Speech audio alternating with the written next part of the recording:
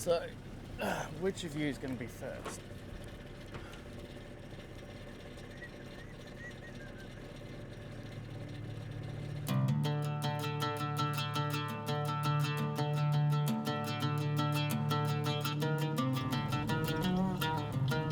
Let's roll with it. You know, I'm a farmer, I'm a sports shooter, I'm a producer, and the biggest part of all of this is that the treatment of farmers, firearms owners, fishermen by our government is exactly what has inspired me and driven me to become politically active and politically involved. Otherwise, I would have simply kept on trudging on, but this government has taken it too far, and I'm going to continue to be effectively a political commentator, political person, and do things peacefully and lawfully.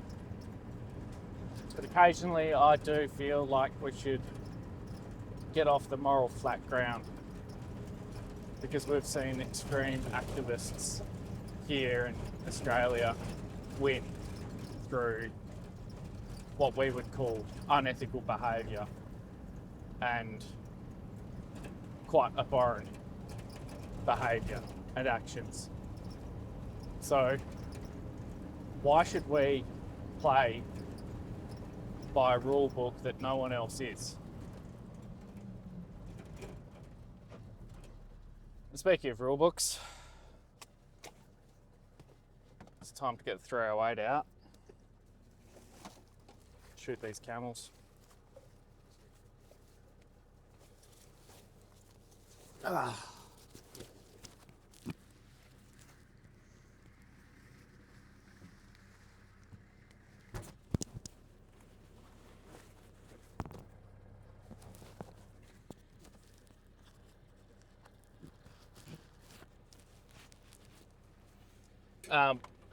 The rifle I've got is my Remington 700, so bolt action 308.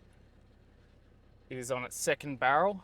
It is the rifle with which I have shot the most camels with. I am fond of it. Shoots very well. But let's change the camera around.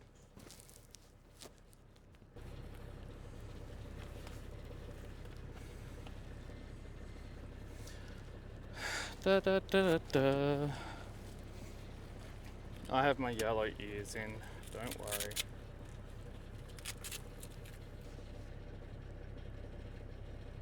Alright, the scope cam is recording, it's got its audio, so let's see how we go for synchronizing these things.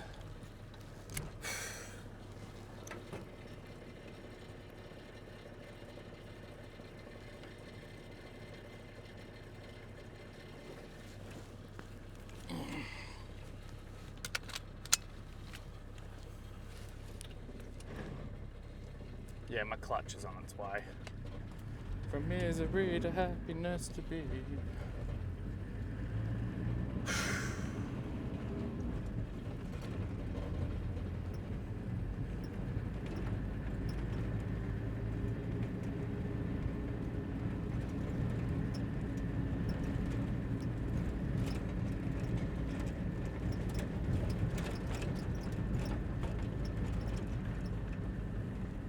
One, two, three, 4, 5, 6, 7, 8, 9, 10, 11.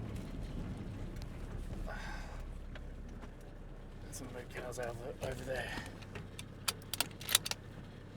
So, which of you is going to be first?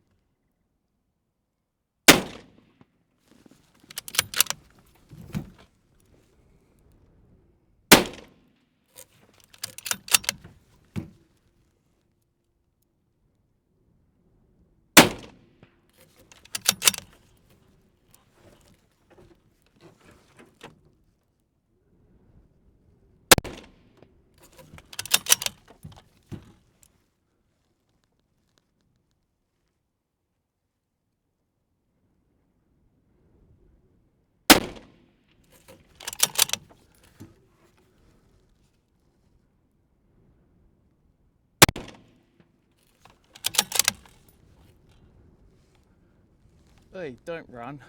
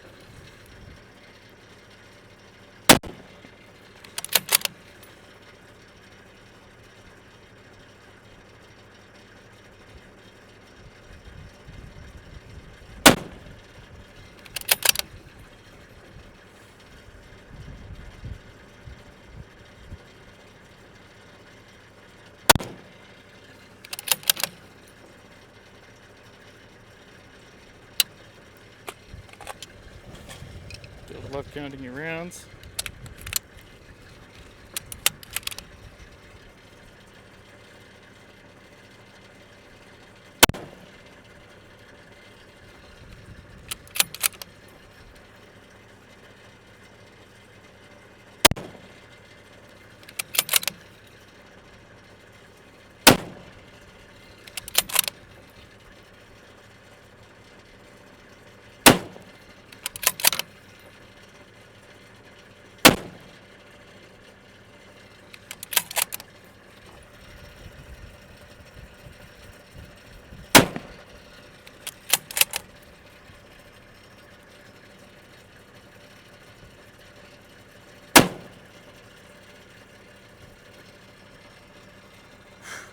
Right.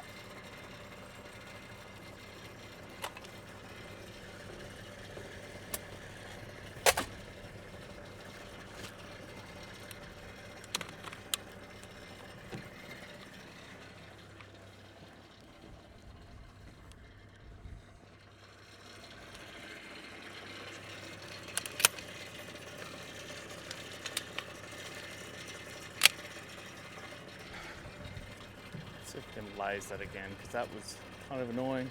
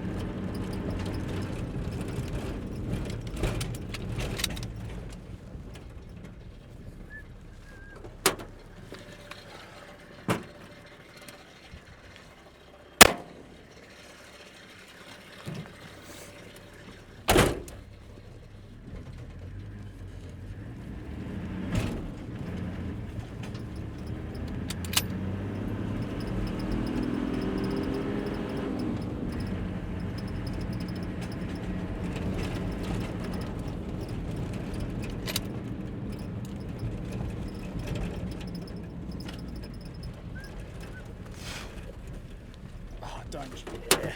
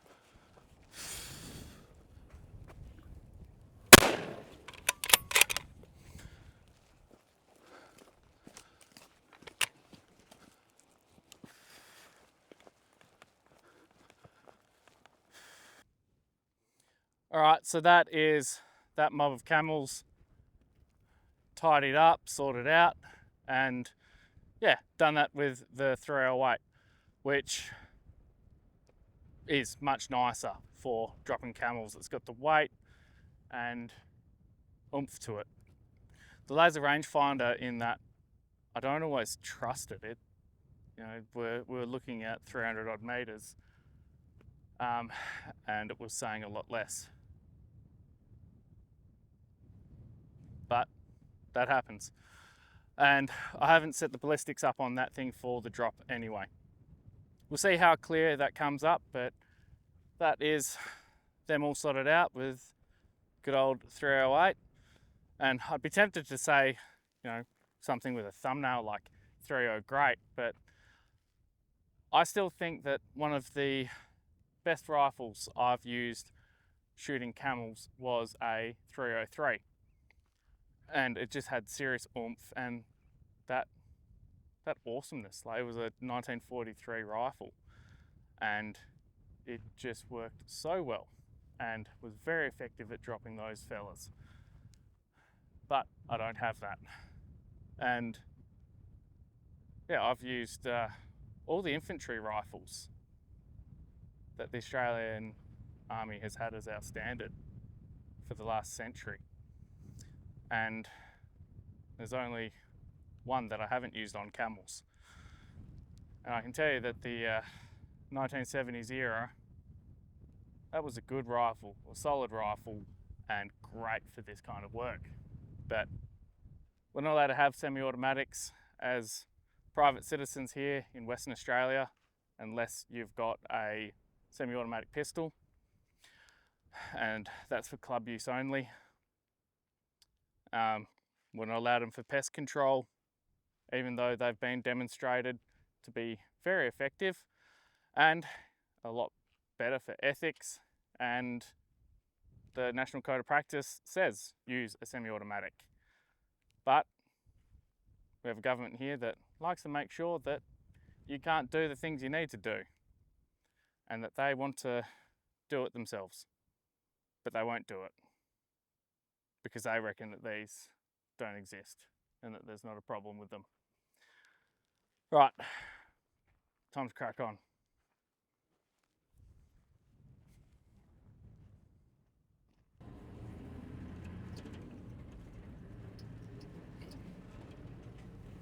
So that Remington 308 was my first rifle. Is my first rifle? Was my first rifle. And when I first got it, I got it for using on the farm to reach out and shoot kangaroos so you don't have to drive through the crop and control other pest animals we have. And I have used it a lot, quite a lot actually, to the point that I'd actually burnt the rifling out on that rifle. And in particular, that was back during the drought in 2019, 18-19, where I tapped out at 647 or 648 camels killed in a day. and let's just say it was some hot, heavy work. I was carrying a fair bit of ammo.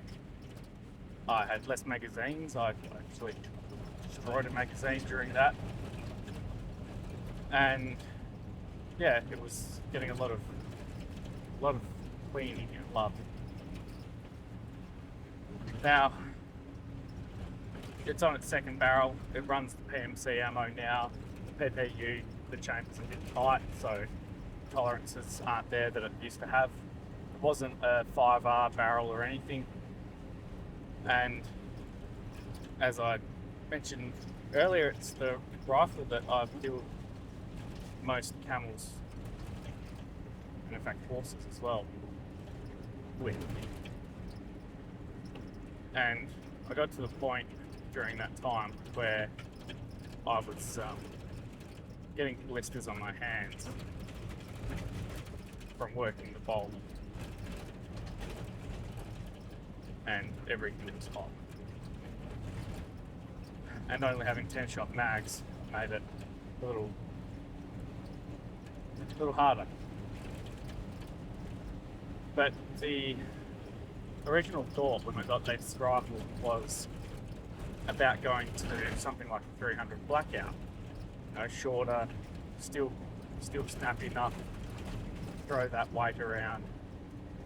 And that's something that I've always thought about, and particularly now with the Wedgetail Mini, that the 300 Blackout could be effective.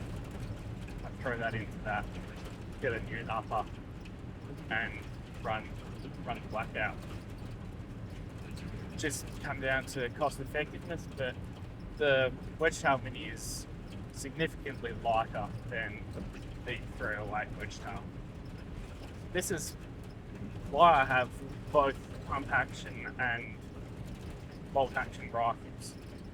The larger magazines, cheaper magazines in pump actions is very convenient. They're versatile rifles, they're easy to service in the field. You know, split them, clean them, rectify any issues. And the bolt actions I like for more of my, call it the night shooting, patrol and cruise, where I'm not dealing with a large number of targets. So those two rifles have been absolutely awesome. So yeah, that's my Remington 700. I've got two Remington 700 actions, this 308 and my 300 Win Mag. Alright, let us know what you reckon of the difference really between the pump and the bolt actions, and for those who are in those fortunate states and those freedom states, if you use a semi-automatic AR pattern and a bolt action as well, if you've got them for different purposes, because this is why we have a need for multiple firearms of the same caliber. Again, our polite group in firearms licensing can't actually understand that there is a need for tools that are appropriate for the job. It's like having two hammers. You've got a little 4-pound hammer and then you've got the 12-pound hammer. Both are hammers, both can hit things, but you use them in different situations. Alright, stop waffling, get driving.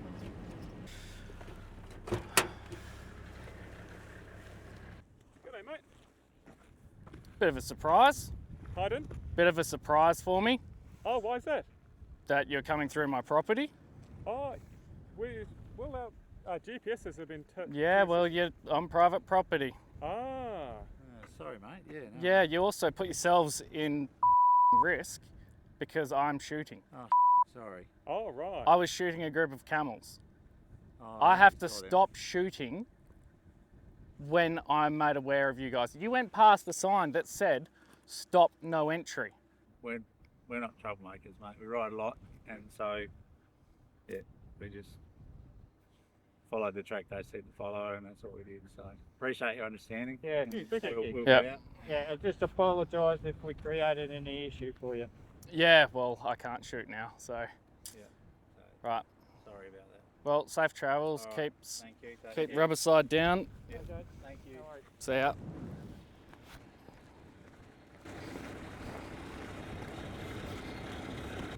So that was pretty stressful.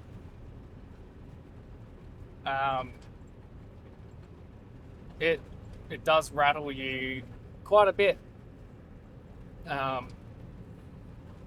When you're doing pest control and then you become aware of other persons in your area, and I've been having fun with say stress, a whole load of factors. We've got all those political things, we've got the work, we've got water points, we've got the camels, and then you get something like that where you've got people who are travelling through the station without permission or notifying you, like without being actively shooting. It's bad enough, but being in an area that you should be all clear, targets free, and then noticing that you've got people is not a good feeling, and it really adds to the stress. And it gives you quite an anxious feeling. They were polite about it, and they did apologise, but it really, they probably don't understand the situation that they were in and what they had put me in. They're transiting out now past the homestead. And that means that my arc to my front is effectively not clear. So I can't shoot anything even if I wanted to, just for that fact. It rattles you. Even though they were behind the line, being in an area where you are actively shooting and then, the range is not clear, they weren't in the danger area, but it adds to everything. It's just not fun, not enjoyable. And I really do not buy their excuse that they didn't see the sign. The sign's on the gate. And to claim that, they've got permission from the other station, well, that's cool. The other station knows how to contact us. I don't know who they talk to, but permission from one station isn't a permission for all stations.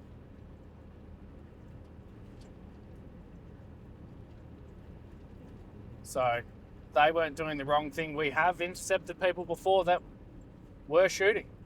And people who had firearms, that it's not ideal. These guys were good, but it's still really they were doing the wrong thing. They were in the wrong place. And the consequences could have been a hell of a lot worse. Now, I ride motorbikes. I've ridden road bikes as well. And one thing you certainly do is you check your mirrors. When I pulled out onto the road, one of them was stopped and then took off like a bat out of hell. I was doing somewhere near 80 kilometers an hour, which I really don't like pushing, the old cruiser that hard.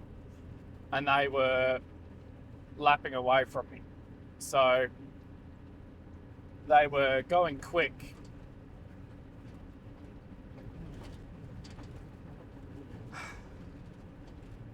Not fun. I don't like it. I don't enjoy it, and it makes my life harder, more difficult, and a hell of a lot more stressful. So, if you are traveling through this country and you are going to be going through station tracks, bush tracks, that sort of stuff, and it doesn't line up that they said, oh yeah, we're going on bush tracks, and then claim, but we're going on a gazetted road. Sorry, that doesn't fly. It doesn't fly at all. So, yeah. Thanks for making my life harder and more difficult. Traveling through this country, please contact stations. The local shires have got all the details for the stations. They've got up-to-date ones. Would you know, if you look up Brenty Downs, you find a website which sometimes doesn't work, but you also find Facebook, you find a YouTube channel, Instagram, all of these amazing things. And would you believe it, we have the internet.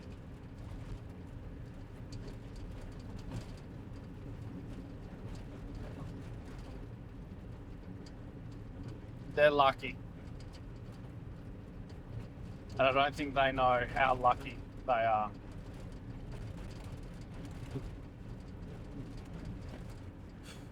Well, I'm going to get home, have a cup of tea, and I might put the camera down for the day.